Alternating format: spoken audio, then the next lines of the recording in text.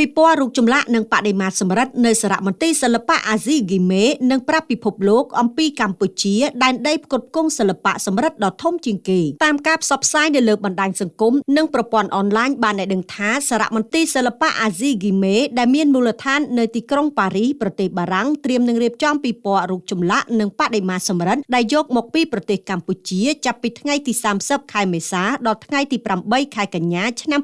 2025ក្រោមប្រធានបទអង្គរ Royal Bronze Art of the Divine ឬមានខ្លឹមសារថាសម្រិទ្ធរាជសម័យអង្គរសិល្បៈអាទិទេពគោលបំណងនៃការរៀបចំពិព័រណ៍នេះឡើងគឺដើម្បីបង្ហាញរូបភាពចម្លាក់បដិមាជាសិល្បៈខ្មែរចំនួនជាង200ដុំធ្វើអំពីសម្រិទ្ធជាពិសេសចម្លាក់សម្រិទ្ធ126ដុំដែលបានខ្ចីនិងនាំពីសារមន្ទីរជាតិកម្ពុជាពិព័រណ៍នេះដែរនឹងប្រាប់ទៅកាន់អ្នកចូលរួមទស្សនាមកពីជុំវិញពិភពលោកអំពីដែនដីដែលផលិតចម្លាក់សិល្បៈសម្រិទ្ធនិងជាទីតាំងផ្គត់ផ្គង់សម្រិទ្ធធំជាងគេនោះគឺនៅក្នុងទឹកដីប្រទេសកម្ពុជាសម័យអង្គរដ៏រុងរឿងបំផុតកាន់តែពិសេសជាងនេះទៅទៀតពិព័រណ៍មួយនេះក៏បានដាក់តាំងបង្ហាញអំពីចម្លាក់បដិមាសម្រិទ្ធដ៏ធំបំផុតមិនធ្លាប់មានពីមុនមកគឺចម្លាក់បដិមាព្រះវិស្ណុផ្ទុំដែលយកចេញពីប្រាសាទមេបុណ្យខាងលិចក្នុងឧទ្យានបុរាណវិទ្យាអង្គរនឹងត្រូវសម្អាតនិងបានដាក់ដំឡើងវិញតាម RFE បានដឹងថានៅមុនការដាក់តាំងបង្ហាញជាសាធារណៈព្រះវិស្ណុផ្ទុំដែលជាបដិមាធ្វើអំពីសម្រិទ្ធបុរាណធំជាងគេបង្អស់នៅក្នុងប្រទេសកម្ពុជាឬនៅអាស៊ីអាគ្នេយ៍បានទទួលការជួសជុលយ៉ាងយកចិត្តទុកដាក់ពីអ្នកឯកទេសបារាំងអស់រយៈពេល3ខែនៅមន្ទីរពិសោធន៍ឯកទេសឈ្មោះអាតង់តិចនៅទីក្រុងណង់ភាគពីយប់នៃប្រទេសបារាំងអ្នកជំនាញបានបោសសម្អាតធូលីដីកាន់ស្នឹមខាំជាប់ចម្លាក់រាប់ពាន់ឆ្នាំឲ្យស្អាតអស់ខ្ទេចគ្មានសល់លំអង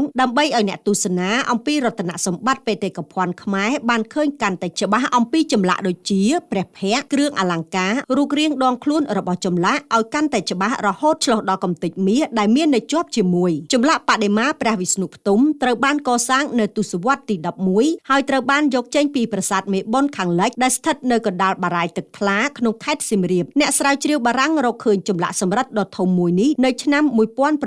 1936និងបានយកទៅតម្កល់ទុកនៅសារមន្ទីរជាតិក្នុងរាជធានីភ្នំពេញពិព័រណ៍នេះនឹងបើកឲ្យស្វែងយល់ជាលើកដំបូងទៅលើតួនាទីរបស់ព្រះមហាក្សត្រដែលបានបញ្ជាឲ្យចាក់លោហៈធាតុដ៏សំខាន់ចាប់ពីសម័យអង្គររហូតដល់សម័យទំនើបនិងលាតត្រដាងពីអ្វីទៅជាសិល្បៈនិងអំណាចដែលនៅតែមានទំនាក់ទំនងគ្នាយ៉ាងជាប់លាប់ឥតដាច់ពិព័រណ៍នេះប្រមូលផ្ដុំនៅរូបចម្លាក់វត្ថុបំណែកស្ថាបត្យកម្មក៏ដូចជារូបថតការចាក់ពុម្ពនិងឯកសារក្រាហ្វិកដែលត្រូវបានរៀបចំក្នុងបរិបទមួយទៅតាមលក្ខណៈវប្បធម៌បុរាណវិទ្យានិងប្រវត្តិសាស្ត្រសូមជម្រាបថាពិព័រណ៍នេះក៏មានការអញ្ជើញចូលរួមក្នុងកម្មវិធីបើកសម្ពោធការតាំងពិព័រណ៍ក្រោមអធិបតេយ្យភាពលោកជំទាវបណ្ឌិតសុភាចារភឿងសក្កណារដ្ឋមន្ត្រីក្រសួងវប្បធម៌និងវិចិត្រសិល្បៈនៅថ្ងៃទី28ខែមេសាឆ្នាំ2025